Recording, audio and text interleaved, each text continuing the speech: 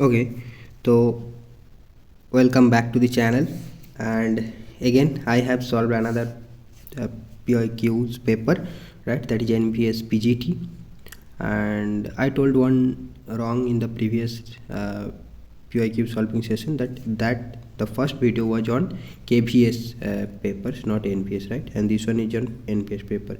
So let's start the notes taken by me, and definitely I will share everything this mind map and the question paper and the video definitely while upload on the YouTube channel, and the mind map and the question paper will be shared on my Telegram channel, and you can get the link in the description section, right?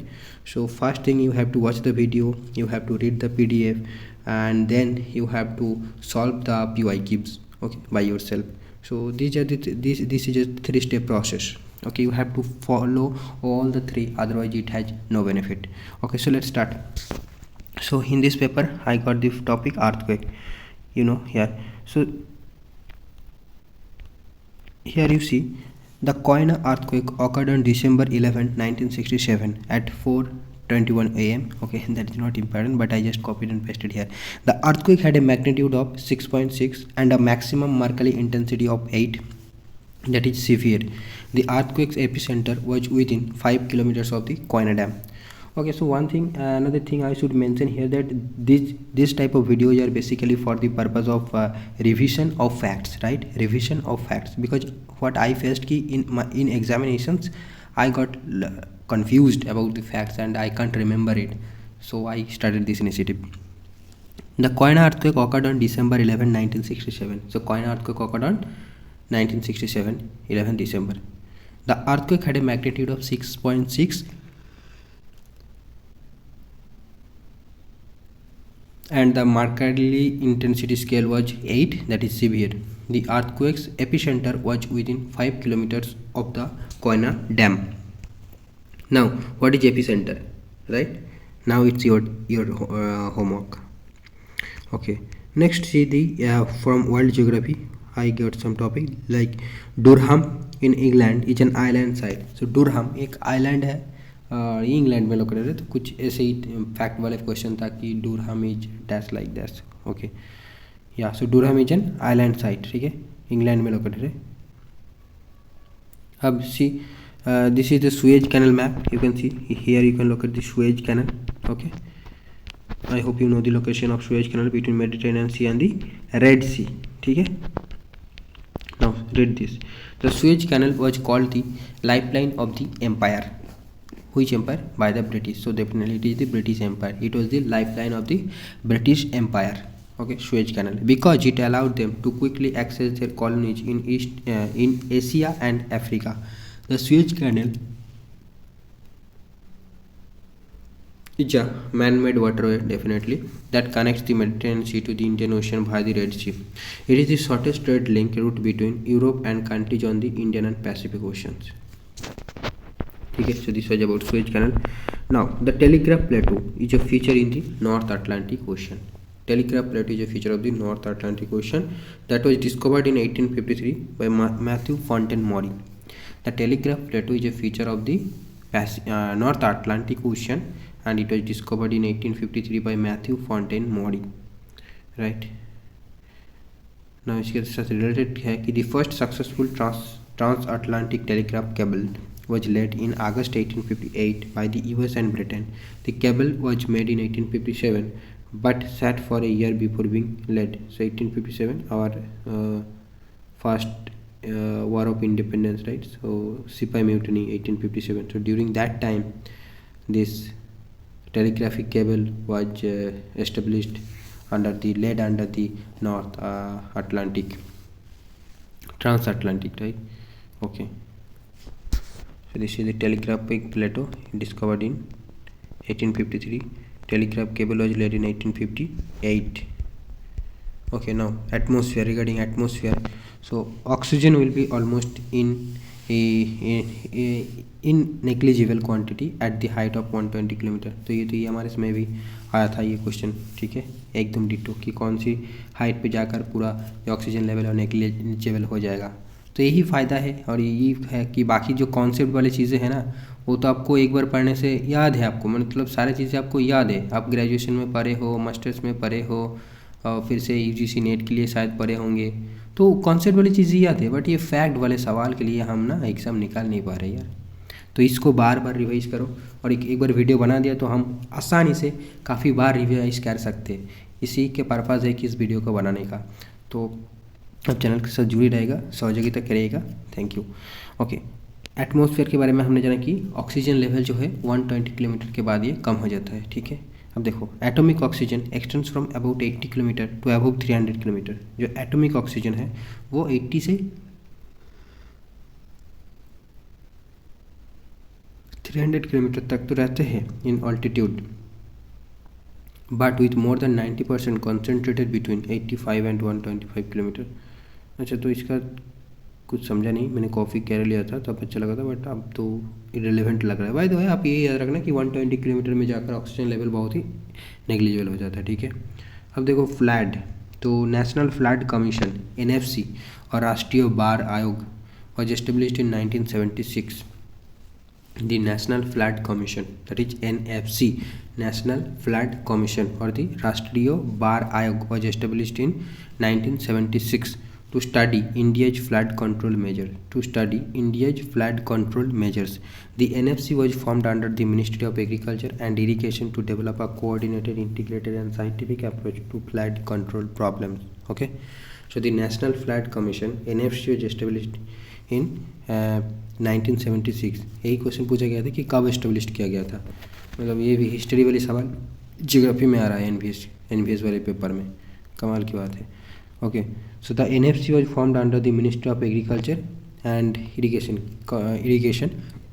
कौन सी ministry के under था? Agriculture and irrigation ministry के under था। To develop a coordinated, integrated and scientific approach to flood control problems. Okay, now see about the Thornthwaite हम usually बोलते हैं Thornthwaite. Okay, so this American climatologist Charles Warren Thornthwaite first published is climatic classification system for North American 1931। तो इसका जो classification है उस basically किसके लिए था? नॉर्थ अमेरिका के लिए था, और इन्होंने फर्स्ट पब्लिश किया था 1931 में। तो जरूर याद रखने से। The article title the climates of North America according to a new classification was inspired by the Köppen climate classification system. In 1933, Thornet expanded his classification system to include global climates. और पूरा world के लिए इन्होंने कब दिया? 1933 में दिया। 1931 में इसने फर्स्ट प्रेजेंट किया था, जो कि सिर्फ नॉर्थ अमेरिका के लिए था, और 1933 में पूरा वर्ल्ड को इंक्लूड किया इसका क्लासिफिकेशन में, ठीक है। और ये इंस्पायर्ड था कोपेन से डेफिनेटली। तो थॉर्नेट से पहले कोपेन ने दिया था। और Thornthwaite's classification system divides climates into groups based on their vegetation characteristics. इन्होंने वेजिटेशन जोन को यूज़ किया था, और या वेजिटेशन कैरेक्टरिस्टिक्स को यूज़ किया था। जो वेजिटेशन जोन का जो कॉन्सेप्ट है, like hekistothermal zone, then megathermal, mesothermal, xerophytic zone, ये सारे जो 5 जोन्स है, ये कैंडल्स का कॉन्सेप्ट है एक्चुअली। तो यहाँ पर हम देखेंगे, देखो ये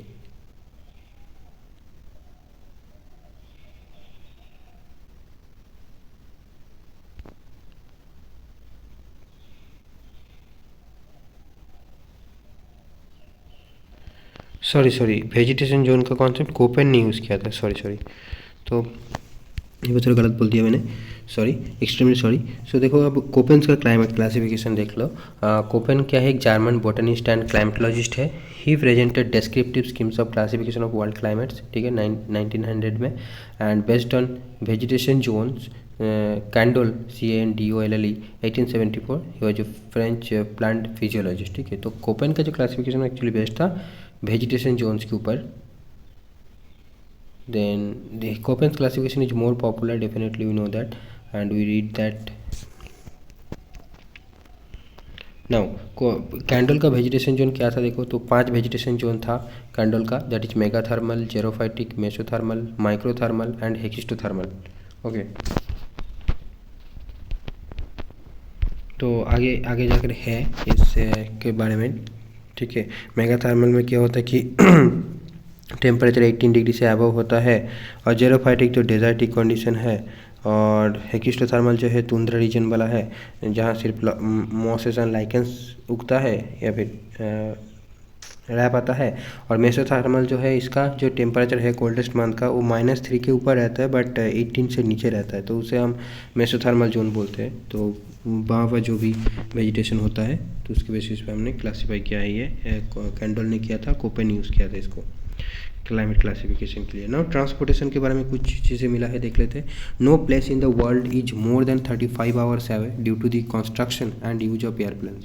तो ये एनसीईआरटी का है, एनसीईआरटी का स्टेटमेंट है, ठीक है, एनसीईआरटी बुक से लिया गया है। अब the border roads organisation that is BRO is responsible for laning the Pathankot Srinagar national highway. तो ये जो पठानकोट श्रीनगर नेशनल हाईवे है NH1A, ये actually constructed by the bureau that is border road organisation on behalf of the National Highway Authority of India. The Bureau is responsible for constructing a 70.20 km 4-lane expressway from Pathankot to Jammu. देखिए एक important concept जो है geography में हम बचपन से सीख जाते हुए, IDL that is international date line. तो NBS PGD में क्वेश्चन कुछ इस तरीके से था, आप पढ़ लो इसको। और पता नहीं क्वेश्चन पेपर में ये एक बार इंग्लिश क्वेश्चन आ रहा था, तो इसका इंग्लिश वर्जन ही नहीं था भाई। तो मतलब इसका सिस्टम मेरे को नहीं समझ आया, या फिर क्या मिस्टेक है क्या है नहीं समझा। बाय द वे इसको देख लो कि इंटरनेशनल डेडलाइन को जब हम क्रॉस करते तो डेट का क्या चेंज होती है, तो वो कॉन्सेप्ट आपको अच्छे से समझना है और याद रखना है। तो यहाँ पर देखो, when crossing the international date line from east to west, ठीक है, यानी देखो जापान के साइड से हम किधर जा रहे हैं, USA की तरफ जाएंगे, तो क्या करते हैं, the date increase by 1 day, इसलिए ट्यूसडे से लेकर वेडनेसडे हो गया। This change occurs at midnight local time. तो हम वेस्ट से ईस्ट जाएंगे तो क्या होगा, एक दिन घट जाएगा, जैसे वेडनेसडे से गया तो ट्यूसडे हो गया, ट्यूसडे से गया तो मंडे हो जाएगा, ऐसा होगा, ठीक है। तो हम जब ईस्ट टू वेस्ट जा रहे हैं तो एक दिन बढ़ जाता है। अब देखो ओशन करंट्स, हमने पिछले वीडियोस में भी था ऐसा एक टॉपिक। तो ओशन करंट्स 2 टाइप्स के होते हैं, cold and warm. Cold current में क्या क्या देखो, फॉकलैंड, कैनेडी, लैब्राडोर। अब इसका एक चीज़ इंक्लूड करना था कि इसका लोकेशन मैंने इंक्लूड नहीं किया, मिस्टेक हो गया ये। कोल्ड करंट का फॉकलैंड है, कोल्ड करंट कैनेडी है, लैब्राडोर ये सारे कोल्ड करंट है। वार्म करंट क्या क्या है, ब्राज़ील है, कुरोशियो है, अलास्का है, ठीक है, ब्राज़ील, कुरोशियो, अलास्का ये वार्म करंट है। और Kennedy, Labrador and Falkland, Kennedy, Labrador and Falkland ये है cold current. Now uranium mine के बारे में देखो, तो जादूगुड़ा माइन जो है ये यूरेनियम माइन है, ये झारखंड में लोकेटेड है। So the Jaduguda mine in Jharkhand, India is famous for being the countries first uranium mine. और ये जादूगुड़ा माइन ऑफ झारखंड जो है ये कंट्री का फर्स्ट यूरेनियम माइन है। The mine began operation in 1967-68 and is also the deepest operating underground mine in the country. And ये सबसे deepest mine है अंडरग्राउंड में at a depth of nearly 3000 feet. The Jaduguda mine was the first to produce uranium ore on a commercial scale. The uranium mineralization at Jaduguda is in the Precambrian metasedimentary rocks of Singhbum Shear Zone. तो ये जो uranium deposit है ये actually pre-Cambrian era से belong करते हैं। Next, see the Beaufort scale. So a storm has wind speeds of 103 to 118 kilometers per hour, that is 64 to 73 miles per hour. Okay, so Beaufort scale में एक winds का जो storm हम कहते हैं उसका स्पीड क्या होती है 103 to 118 किलोमीटर्स, बट एक्चुअल में क्वेश्चन में माइल्स में पूछा गया था। तो आपको दोनों चीज़ें याद रखना है, मतलब बहुत टफ है यार, कुछ नहीं कर सकते आप, याद रखो। स्टॉर्म है wind speeds of 103 to 118 kilometre, that is 64 to 73 miles per hour, ठीक है, okay, 64 to 73 miles per hour और 103 to 118 kilometre per hour Beaufort scale में एक स्टॉर्म का जो विंड स्पीड होती है। Now Vindhya range, the Malwa plateau separates the Aravalli hills from the Vindhya range. तो अरावली एंड विंध्या रेंज के बीच में मालवा प्लेटो है, या फिर क्या है, ग्रेट बाउंड्री फॉल्ट है, GBF separates the Aravalli range from the Vindhya range. तो आपको दोनों में से कुछ भी पूछा जा सकता है। The GBF is a major tectonic lineament in north western India, ठीक है, एक टेक्टोनिक लिनियमेंट है in the north western India. It runs along the Bundi Sawai Madhopur hills in south eastern Rajasthan extending over Chittorgarh, Bundi and Sawai Madhopur. ये इतना इंपॉर्टेंट नहीं है लास्ट वाला, but ये याद रखना कि जो अरावली एंड विंध्या है इसके रेंज, इस रेंज के बीच में हमारा क्या है, मालवा प्लेटो है एंड ग्रेट बाउंड्री फॉल्ट भी है। नाउ PMGSY, तो इसका फुल फॉर्म क्या है, प्राइम मिनिस्टर आई थिंक, हाँ, ग्राम सड़क योजना, ठीक है, प्राइम मिनिस्टर ग्राम सड़क योजना। इसका प्राइमरी ऑब्जेक्टिव क्या था देखो, to provide all weather roads to eligible unconnected habitations with a population of 500 or more in plain areas. तो जहाँ पर भी 500 लोग, मिनिमम 500 लोग बसता है और उनका रोड अगर इनएक्सेसिबल है यानी फिर अनमेटल्ड है तो उस सारे रोड को मेटल बना देना, यही था इसका क्या मेजर पर्पस। और फिर प्राइम मिनिस्टर ग्राम सड़क योजना के लिए क्राइटेरिया क्या होना चाहिए कि यहाँ पर रोड बनेगा कि नहीं, उसके लिए क्राइटेरिया एक ही था कि 500 पीपल वहाँ पर रहना चाहिए। अब देखो फ्रंटियर कैपिटल कुछ होते हैं, तो हमने आधा पढ़ लिया है ना। तो फ्रंटल कैपिटल हमने पढ़ते हैं। फ्रंटल कैपिटल क्या है देखो कि ब्रासिलिया एंड इस्लामाबाद। तो ब्रासिलिया जो है ये किसका है, ब्रासिलिया कहाँ का है भैया, ब्रासिलिया कमेंट करके बताओ आप, अगर पता है तो मेरे को देखना पड़ेगा। और इस्लामाबाद तो पाकिस्तान का है, तो ये दोनों एक फ्रंटियर कैपिटल है, ठीक है। ब्रासिलिया, इस्लामाबाद फ्रंटल कैपिटल के एग्जाम्पल है। Now classification of the class 1 cities, classification of class 1 cities. तो the first attempt was made by Amrit Lal 1959। Classification of the Class 1 city. The first attempt was made by Amrit Lal in 1959. He used the location quotient method to determine the functional classification of the Class 1 cities of India. So Amrit Lal इन्होंने first attempted to classify the Class 1 cities of India, and he used location quotient method to determine the functional classification of the Class 1 cities of India, ठीक है। आगे देखते हैं, तो आगे यही वाला है Candolle's vegetation zone as used by Koppen, ठीक है। तो देखो हेकिस्टोथर्मल जो है, हेकिस्टोथर्मल जोन क्या है ना, where plants thrive in Arctic and polar areas that are almost permanently covered in ice. The tundra region is an example of hekistothermal zone, and this zone only supports lichens and mosses.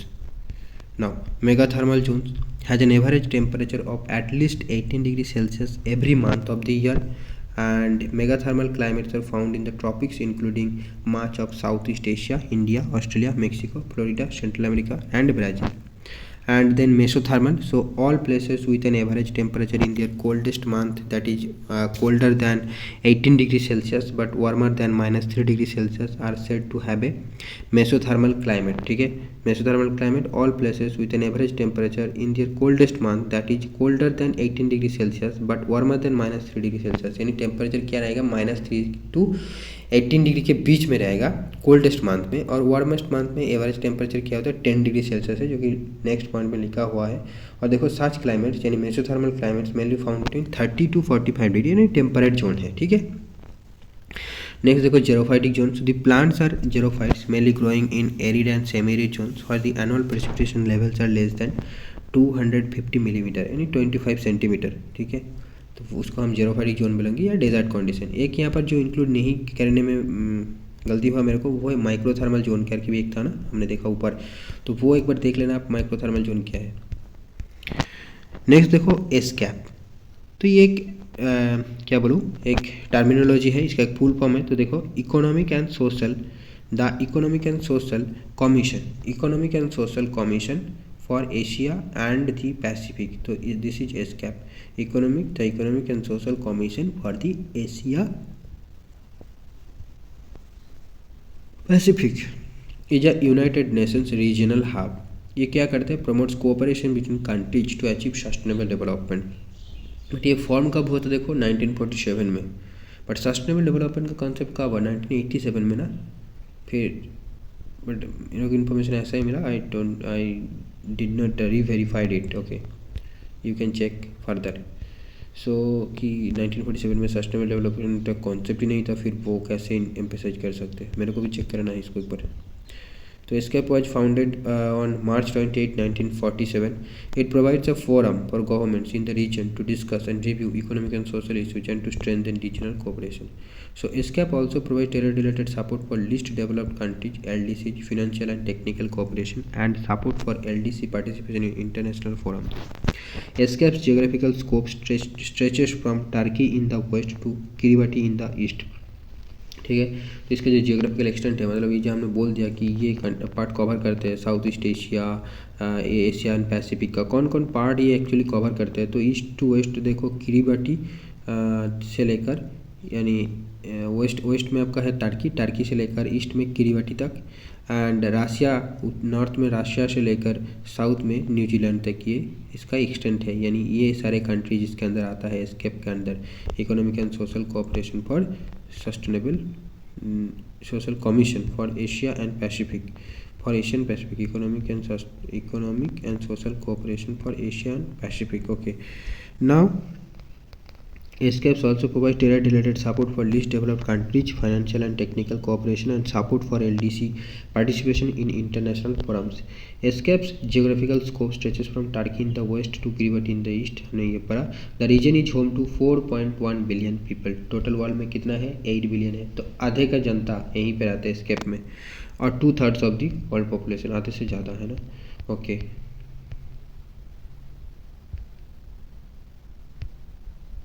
Next C valley. तो हमने पढ़ा था कि different types of valley, जैसे land पर हमने पढ़ा था पॉलीसाइक्लिक, मोनोसाइक्लिक. ये ट्राईसाइक्लिक नाम की कुछ होती नहीं है, तो ये गलत हो गया यहाँ पर. ठीक है, मेरे को तो मिला नहीं कुछ. तो हमने दो ही पढ़ा थे ना, मोनोसाइक्लिक एंड पॉलीसाइक्लिक. तो मोनोसाइक्लिक तो आपको पता है कि a landform that has only been affected by one cycle of erosion, that is called monocyclic. हमने जब इरोशन साइकिल पढ़े थे ना, साइकिल ऑफ इरोशन, तो नॉर्मल साइकिल ऑफ इरोशन पढ़े थे, तो हम पढ़े थे, फिर भी हम पढ़ेंगे. मद्रासा की जो WBMSC यानी WB मद्रासा सर्विस कमीशन के सिलेबस जब हम रीड आउट करेंगे, उसकी जब कंटेंट हम पढ़ेंगे, तो उस सेशन में डेफिनेटली फिर से चीज़ को हम कवर करेंगे. तो आप चैनल के साथ जुड़े रहिएगा. ना देखो पॉलीसाइक्लिक लैंडस्केप क्या है या फिर लैंडफॉर्म क्या है. तो लैंडफॉर्म, पॉलीसाइक्लिक लैंडफॉर्म जो है result from a series of geographical cycles and typically exhibit a combination of different erosion and deposition processes leading to their unique and intricate shapes. The Damodar valley at Rajrappa is a typical example of a polycyclic valley. तो यही example के ऊपर ही जो question था NVS में, तो याद रखना कि Damodar valley at Rajrappa of Hazaribagh plateau in Hazaribagh is an example of polycyclic valley. ठीक है, और पॉलीसाइक्लिक लैंडफॉर्म्स के कुछ एग्जाम्पल्स आप याद रख सकते हो क्योंकि पूछा जा सकता है. वो है paired river terraces, uplifted peneplain, incised meanders, knick point. तो ये सारे फीचर्स जो है आपका, ठीक है, टफ है थोड़ा अंडरस्टैंड करना. तो वो सारे क्या फीचर्स है, पॉलीसाइक्लिक लैंडफॉर्म्स के फीचर है. ठीक है, paired river terraces, uplifted peneplain, incised meanders, knick point, ये सारे पॉलीसाइक्लिक लैंडस्केप के फीचर्स हैं. अब देखो कंपनी जानते हैं लोकेशंस कुछ हम देखते हैं. तो बाल्को जो कंपनी है ये छत्तीसगढ़ में लगा, इसका फुल फॉर्म आप खुद को चेक करना है. हिंडाल्को ये उत्तर प्रदेश में है, मालको तमिलनाडु में है, नाल्को उड़ीसा में है. बाल्को छत्तीसगढ़, हिंडाल्को उत्तर प्रदेश, मालको तमिलनाडु, नाल्को उड़ीसा. ठीक है, तो कैसे याद रखेंगे हम, एक बार ट्राई करते हैं. देखो तमिल में भी एम है, तो MALCO is Tamil, and Orissa NALCO is in Orissa, तो कुछ है नहीं. अब बाल्को छत्तीसगढ़, यहाँ पर भी कुछ है नहीं. ठीक है, तो हम क्या करें, रटना पड़ेगा इसको. और क्या, हिंडाल्को उत्तर प्रदेश में है. ठीक है, तो बाल्को छत्तीसगढ़, हिंडाल्को उत्तर प्रदेश, मालको तमिलनाडु, नाल्को आपका उड़ीसा में है. ठीक है, बार बार पढ़ोगे तो ये याद रहेगा, वरना नहीं रहेगा. 1976 ये ईयर बहुत इंपॉर्टेंट है. क्या बनी थी इस ईयर में, देखो urban land ceiling and regulation act बना था. ठीक है, 1976 में urban land ceiling and regulation act बना था. Urban land ceiling and regulation act बना था 1976 में. अब OFC का फुल फॉर्म क्या है, देखो ऑप्टिक फाइबर केबल. ये फुल फॉर्म ही पूछा गया था, तो इसलिए जैसा लिखा है वही पूछा गया था. तो आपको चीज़ों को पढ़ना है, रटना है, याद रखना है, और फिर PYQs को सॉल्व करना है, ताकि फिर से रिविजन हो जाए और आपको ज़्यादा दिन तक याद रहे. तो 3 स्टेप मैंने बताया था कि आपको पहले वीडियोज़ देखनी है, उसके बाद PDF पढ़ना है. ठीक है, अब पहले PDF पढ़ लोगे तो फिर आई डोंट थिंक वो इफेक्टिव ज़्यादा होंगे नहीं, क्योंकि फिर तो आप बुक से भी पढ़ सकते हो, है ना. फिर YouTube को उतना ज़रूरी है नहीं. फिर यहाँ पर क्या कर रहे हो आप, चले जाओ बुक पढ़ लो. अगर आपको बुक से पढ़ने से याद रहता है, आपको इफेक्टिव होता है, तो चले जाओ. ओके, नाउ बताया हमने OFC का full form optic fibre cable and autobahns in Germany motorways are called autobahns. ठीक है, in Germany motorways are called autobahns, या फिर भैंस क्या बोलेंगे, BAHNS, जो भी है ऑटोबान्स, याद रखना स्पेलिंग बस. तो ये हमने कुछ चीज़ें आज पढ़ी जो कि प्रीवियस ईयर पेपर के बेस्ट पे नोट मैंने बनाया है, उसको आपने मैंने आपके साथ शेयर किया है। डेफिनेटली ये सारे PDF जो भी है ये माइंड मैप में टेलीग्राम चैनल पे शेयर कर दूंगा, वहाँ से आप एक्सेस कर सकते हो। और जो क्वेश्चन पेपर है वो भी शेयर कर दूंगा ताकि आपको कहीं और ढूंढना ना पड़े। और इस वीडियो को देखने के बाद फिर आप इस PDF को पढ़ोगे और उसके बाद उस क्वेश्चन पेपर को पेन पेपर लेके सॉल्व कर सकते हो। ठीक है, तो यही बात है। तो चलिए यहीं पे इस वीडियो को पॉज करते हैं। Thank you friends.